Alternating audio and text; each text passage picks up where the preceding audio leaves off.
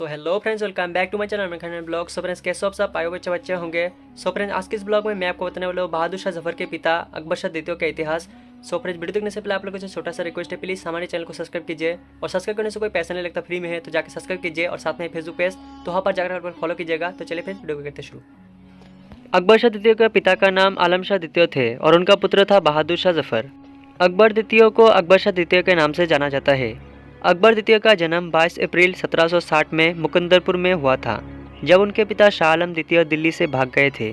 कहा जाता है अकबर शाह द्वितीय के पिता आलमगीर शाह द्वितीय ने एक ऐसा युद्ध किया था जिस युद्ध में वो हार गया और बाद में उन्हें दिल्ली छोड़कर भागना पड़ा था और वापस सम्राट बनने का सपना देख रहा था। 1781 में होने वाले वारिस दर्जा प्राप्त हुआ और अकबर द्वितीय के मुगल सम्राट वारिस घोषित किया गया था। सन 1788 में गुलाम कादिर ने दिल्ली पर हमला किया और उसने सभी मुगल राजकुमार और राजकुमारियों को डांस करने में मजबूर किया, जिसमें अकबर शाह द्वितीय भी शामिल थे और कई नदी में कूद गए जिससे अपनी जान बचा सके। मराठा सरदार महादजी शिंदे ने जल्द ही आकर गुलाम कादिर को ख़त्म कर दिया और एक बार फिर मुगल सम्राट का आलम को बचा लिया।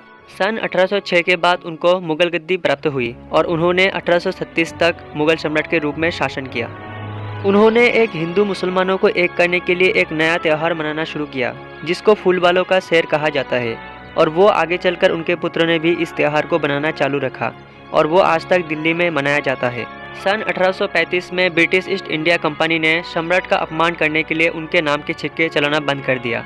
इस बात को लेकर काफ़ी नाराज हो गए, परंतु उन्होंने अंग्रेजों के साथ एक सैर कर ली थी जिसके तहत साम्राज्य का सारा कारोबार ईस्ट इंडिया कंपनी के हाथों में था। इसलिए उन्होंने राजा राममोहन राय को इंग्लैंड में भेजा इस बात को दरख्वास्त करने के लिए, और मुगल सम्राट के वहाँ की महारानी ने इस बात को साफ इनकार कर दिया और इस कारण से सम्राट का दिल बहुत दुखी हुई। अंत में निजामुद्दीन हैदराबाद के नवाब ने भी सम्राट को सम्मान करना छोड़ दिया। वो मिर्ज़ा फारूक को गद्दी पर देखना चाहते थे, परंतु वजीर और कई सारे मंत्रियों को कहने पर बहादुर शाह जफर, जिन्हें बहादुर शाह जफर के नाम से जाना जाता है, और बहादुर शाह जफर को गद्दी दिलाई।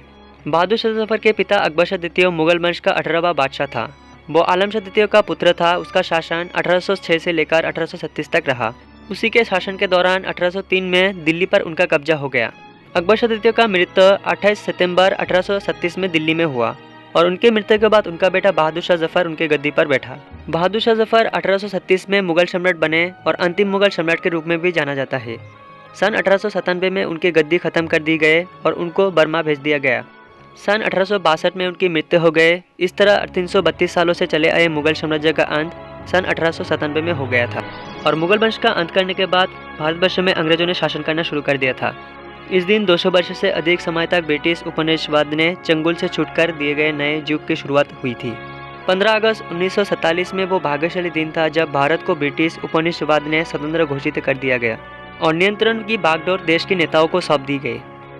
सो फ्रेंड्स, आई होप को बहादुर शाह जफर के पिता अकबर शाह द्वितीय के इतिहास के बारे में जानकर आपको अच्छा लगा होगा। तो फ्रेंड्स, वीडियो अगर अच्छा लगा तो प्लीज़ लाइक, शेयर और सब्सक्राइब जरूर करना और साथ में फेसबुक पेज तो वहाँ पर जाकर आप लोग फॉलो करना। सो आज के लिए इतना ही, मिलते भी नेक्स्ट ब्लॉग में, और तब तक के लिए ख्याल रखें अपना।